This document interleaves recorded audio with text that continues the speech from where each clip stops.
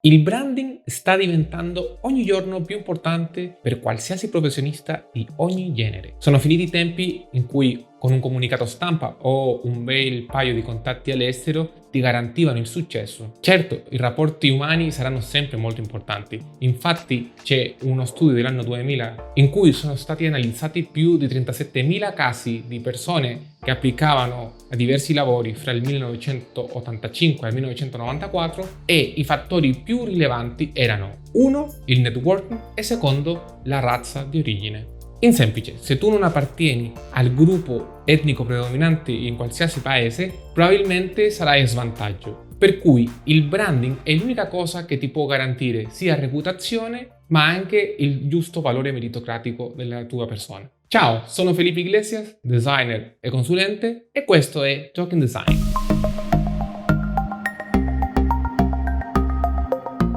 Prima di tutto, iscriviti a questo canale così puoi ricevere tutti gli aggiornamenti su questi e tanti altri temi. Nel video anteriore ti ho parlato su cosa è il branding e a cosa serve. In questa puntata invece vorrei approfondire su come sviluppare un branding personale proprio sulla tua persona. Ebbene, come si struttura un marchio? La prima cosa è avere un nome. Come persone normali tutti ne abbiamo uno e anche un cognome. L'importante è scegliere quelli che, uno, tu sia più riconosciuto e dopo quelli che suonano meglio. Perché? Perché ci sono nomi e cognomi che non suonano così bene assieme. In questo caso puoi anche scegliere di utilizzare solo il nome o solo il cognome. E attenzione, c'è la possibilità di utilizzare il pseudonimo, però in certi ambienti professionali non è visto così bene. 2. Contesto. Questo è super rilevante per qualsiasi tipo di progetto. Quindi dovrai mettere particolare attenzione alla locazione, il paese dove viene diffuso questo marchio, quali sono le variabili culturali che vengono a intercedere, i colori, le forme. Tutte queste cose sono super rilevanti all'ora di valutare come sarà presentato un marchio. E a proposito di questo, il logo. Se tu scegli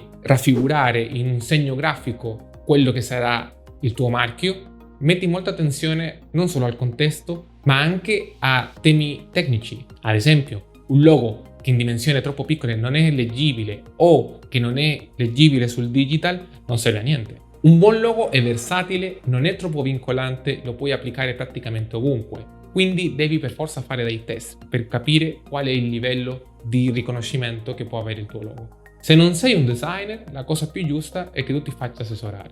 Il tono di voce. Il problema è che quando uno diventa il proprio marchio, tende a pensare che può comunicare tutto quello che è. E la verità è che le persone siamo tutte piene di pecche, che a volte non conviene comunicare così in modo trasparente. Ciò vuol dire non andare a mentire, però promuovere i valori più positivi della tua persona e della tua professionalità. In poche parole, il marchio deve rispecchiare il meglio di te. Essere gentile, empatico, aperto alla critica permette non solo che tu ricavi più rispetto da parte dei tuoi colleghi o il tuo pubblico, ma anche migliorare, adeguare il tuo marchio nel tempo. Parlare in un tono verace ti garantisce maggiore ingaggio. Promessa: tutti sappiamo dove ci stringe la scarpa. Quindi non andiamo a generare troppe aspettative su cose che non siamo capaci di fare. Evita di fare il ridicolo, prova come sempre a parlare con la verità.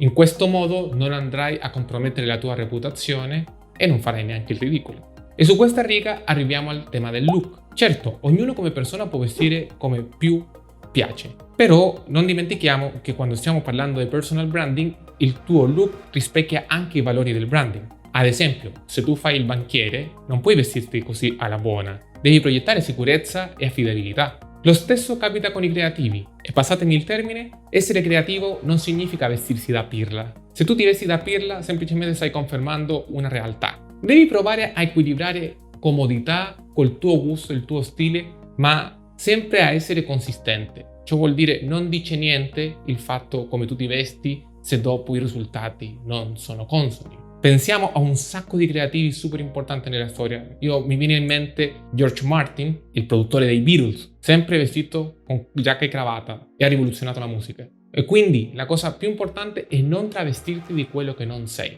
Sii te stesso e il meglio di te stesso. E qui una chicca di saggezza. Ci sono un sacco di studi che dimostrano il fatto che le persone ben vestite sono pagate meglio. E arriviamo all'ultimo punto, non meno importante, che sono le reti sociali. Oggi abbiamo reti sociali a disposizione ovunque, sono principalmente gratis Però è super facile cadere nell'errore di pensare che tu come persona puoi parlare quello che ti pare in rappresentazione del tuo marchio. Questo può portarti grosse conseguenze. Devi imparare a modulare il messaggio secondo la tipologia di rete sociale. Su LinkedIn il contenuto professionale sempre vince. Invece su Instagram o Facebook sono molto più flessibili e puoi parlare un po' in modo molto più vicino, molto più colloquiale e anche provare tante cose che sicuramente su LinkedIn non puoi fare. Adesso attenzione, non ammazzare ai tuoi follower con delle selfie. Va bene ogni tanto, ma se lo fai ogni giorno, credimi, comincerai a rompere un po' i sacchetti. Twitter non è così posizionato in Italia, ma è molto utile per la diffusione di link e per creare ingaggio immediato con le persone, anche discussione, seguire i trend, dateli un'occhiata. E finalmente la madre di tutte le social network, YouTube. Non è per niente sbagliato se dentro la tua strategia di branding c'è YouTube al centro delle tue azioni, perché permette di concentrare un sacco di attività con molto ingaggio e molto più range delle altre. E quello ha un pro e un contro. Insomma, per costruire un branding personale efficace devi creare un'immagine che sia consistente, che possa parlare dei tuoi migliori valori ed essere ingaggiante. Il tuo look deve essere consistente con i valori che stai proiettando e allo stesso tempo provare a collegare tutto attraverso delle reti sociali per creare un messaggio più diffuso, ma allo stesso tempo che ti permetta di misurare nel tempo come puoi adattarlo meglio al pubblico che, come tutti, cambia. E questo è tutto per oggi. Ti ringrazio il tuo tempo, metti like, iscriviti e commenta. I tuoi pensieri sono molto importanti per questo canale e anche li permettono di crescere. Ci vediamo alla prossima!